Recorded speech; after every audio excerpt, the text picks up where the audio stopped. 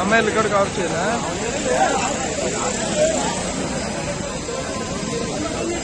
నువ్వు కూడా ఉండని చేస్తాను. ఏ భాస్కర్ రావు కనిపి అది అంటే అది వీడియో పెడతాడు అంటే అలా కావాలి.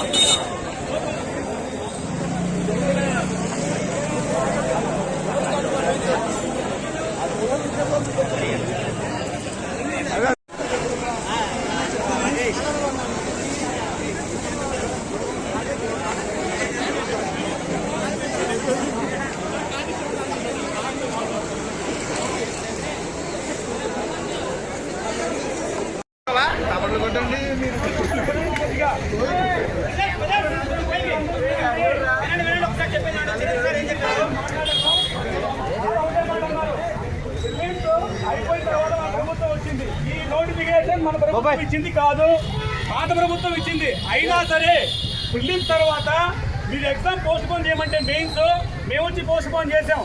తర్వాత టైం సరిపోలేదు, జనవరి 5వ తారీఖుని ఇస్తే వద్దు మీరు ఇంకొంచెం టైం కావాలంటే అప్పుడు కూడా మేము పోస్ట్ పోన్ చేసామని చెప్పారు. కాబట్టి ఇదే సందర్భంలో మీరు ఇప్పుడు ఈ విషయం ఉందని చెప్తున్నారు. మీరు అందరూ వచ్చి రిప్రజెంటేషన్ ఇవ్వండి, నేను మళ్ళీ మాట్లాడతా ప్రభుత్వం అంత అని సార్ హామీ ఇచ్చాడు. చిరంజీవి సార్ దగ్గరికి వెళ్ళి చిరంజీవి సార్ గారు ప్రస్తుతం గణబాబు గారి ఇంటికి వెళ్ళారు, ఎమ్మెల్యే గణబాబు గారి ఇంటికి. తర్వాత టీడీపీ పార్టీ ఆఫీస్కి వెళ్తారు, అటు నుండి ఆయన సొంత ఆఫీస్కి వస్తారు. అక్కడికి మనం చిరంజీవి సార్ దగ్గరికి వెళ్ళి మన సొంత రిప్రజెంటేషన్ ఇవ్వాలి. ఇప్పుడు మనం ఇదే ఇక్కడ మనకు ఉన్న నెక్స్ట్ టార్గెట్ ఇప్పుడు అదే. మీరు కొద్దిగా టైం పట్టింది, మీరు అందరూ ఓపికగా ఉండాలి తప్పదు. ఆయన 12:30 ఆ టైంకి వస్తారని తెలిసింది మనకి ఇక్కడ పార్టీ ఆఫీస్కి. ఈ లోపల మీడియా మిత్రులను కూడా పిలవడం జరిగింది, వాళ్ళు కూడా మరి కొద్దిసేపట్లో వస్తారు. TV5, NTV, TV9, Suman TV ప్రతి ఒక్కరికి సాక్షితో కలిపి అందరికి కూడా మన ఇన్ఫర్మేషన్ ఇచ్చాము. మన సమస్యని ప్రభుత్వం దృష్టికి తీసుకెళ్ళడానికి ఇక్కడ నుండే ఇనిషియేషన్ తీసుకుందాం అంతే, అది చెప్పడానికి.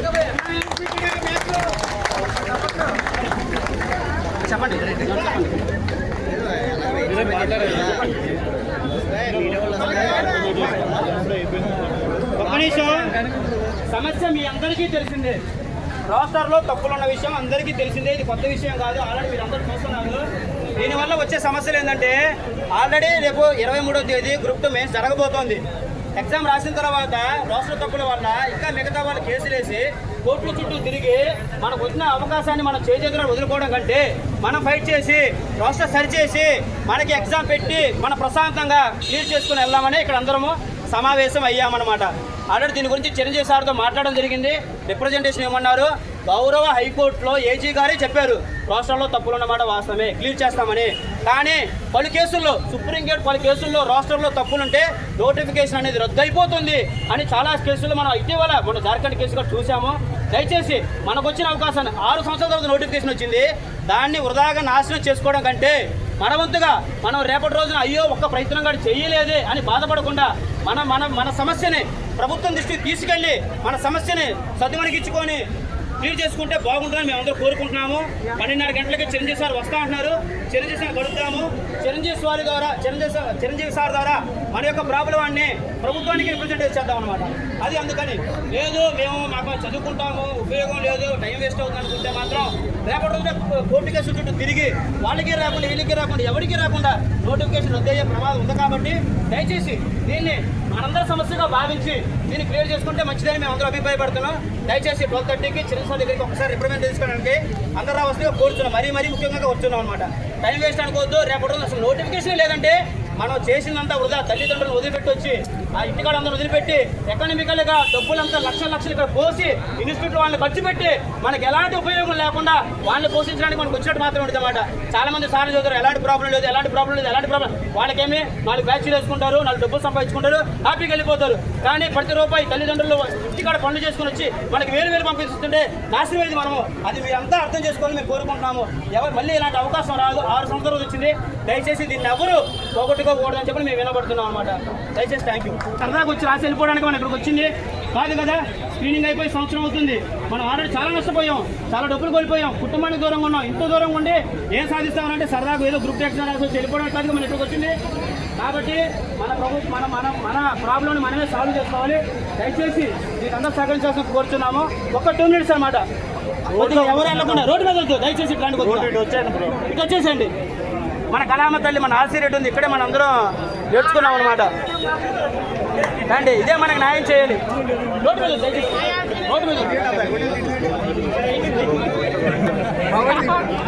మరి అమ్మ మనం మాట్లాడావు అంతకుముందు, ప్రామిసులు తీసి వచ్చాము నువ్వే కదా.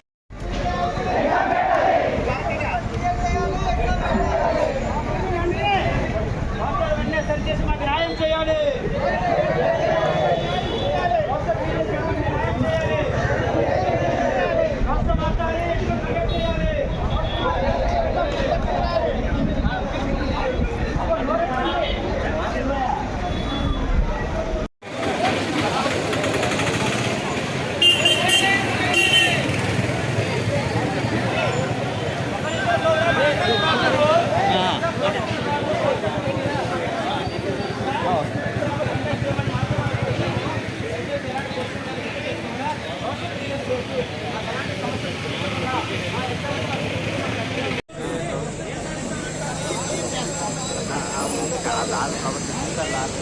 అమ్మాయిలు కూడా కవర్ చేయాలా?